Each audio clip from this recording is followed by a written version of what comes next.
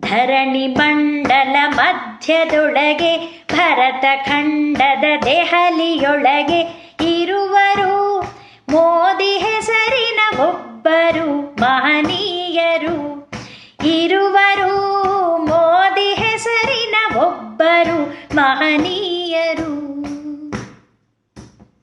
ಗುಜರಾತು ಒಂದು ರಾಜ್ಯ, ಅಲ್ಲಿ ಇತ್ತು ಬಹಳ ವ್ಯಾಜ್ಯ.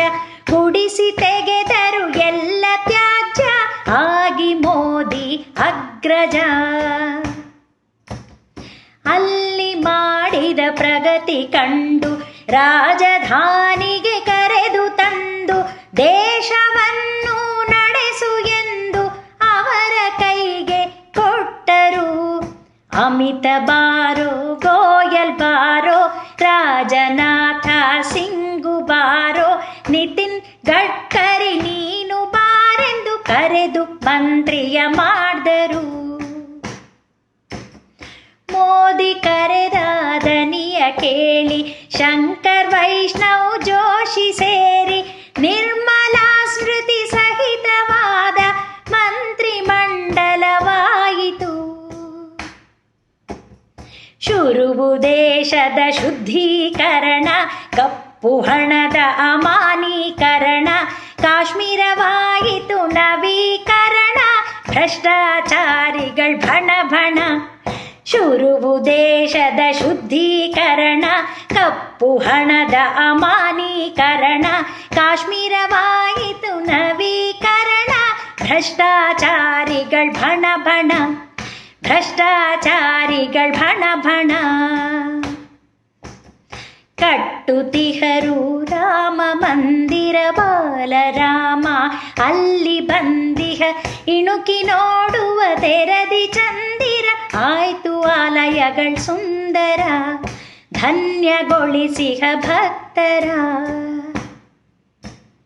ದೇಶ ಸಾಗಿದೆ ಪ್ರಗತಿಗೆಡೆಗೆ, ವಿಶ್ವ ನೋಡ್ತಿದೆ ನಮ್ಮ ಕಡೆಗೆ. ಚಂದ ಇವರು ಇಡುವ ನಡಿಗೆ, ಲೋಕ ಚಿಂತನೆ ಎಲ್ಲಗಳಿಗೆ.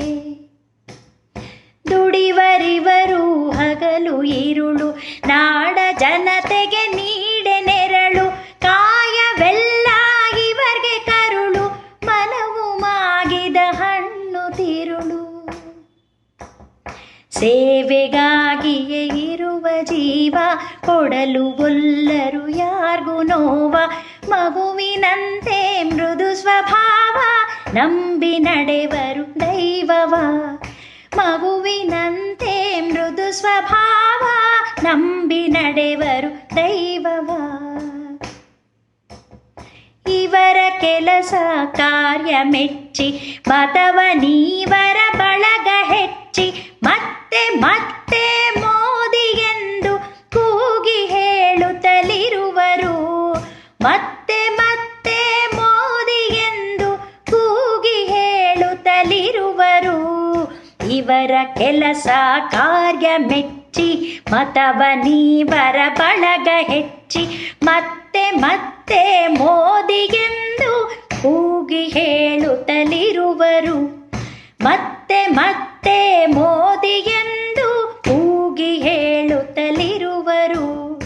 ಸತ್ಯವೇ ಭಗವಂತನೆನುವ ಮೋದಿ ಮಹಿಮನ ಕಥೆಯಿದು.